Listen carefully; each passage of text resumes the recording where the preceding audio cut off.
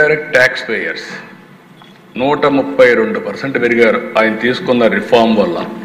అంటే 2017లో 65 లక్షలుంటే ఈరోజు 1,51,00,000 మంది ఇండైరెక్ట్ ట్యాక్స్ పేయర్స్ వచ్చారు.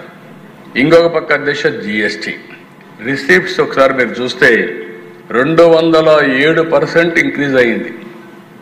అది కూడా 2018లో 7.19 లక్షల కోట్లుంటే ఈరోజు 22,08,000 కోట్ల రూపాయలు జిఎస్టీ ద్వారా వస్తూ ఉంది. 18% యావరేజ్ గ్రోత్ రేట్ CAGR.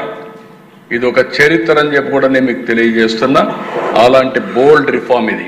వారిని మనస్ఫూర్తిగా మనం అభినందించాల్సిన అవసరం ఉంది. నెక్స్ట్ ఈరోజు అధ్యక్ష one nation one vision A victory for cooperative federalism. నేను ఈ మాట ఎందుకు వాడుతున్నానంటే ఓసారి కొంతమంది ట్యాక్స్ రిఫార్మ్స్ అంటే మన అధికారం పోతా ఉంది, మనం కూడా ట్యాక్స్ వేసుకోవచ్చు, ఎందుకు ఈ ట్యాక్స్ వేసే అధికారం వేరే సెంటర్కి ఇస్తున్నారు, ఇలాంటి నాకు కూడా చాలామంది ఇంటలెక్చువల్స్ కూడా చెప్పారు మీరు అధికారం కోల్పోతున్నారని.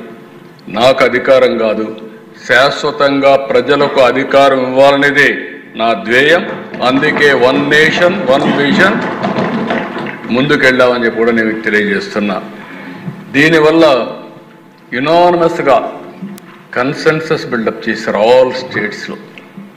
రెండోది ఒక పొలిటికల్ మెచ్యూరిటీ ఏదైతే ఎన్డీఏ గవర్నమెంట్ చూపించిందో ఎక్కడా డిసెంట్ లేకుండా అన్ని రాష్ట్ర ప్రభుత్వాలని కన్విన్స్ చేసి రిఫార్మ్ తీసుకొచ్చారు.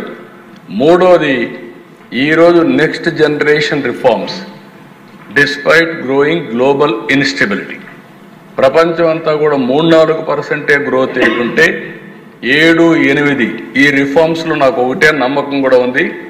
ఇంకొంచెం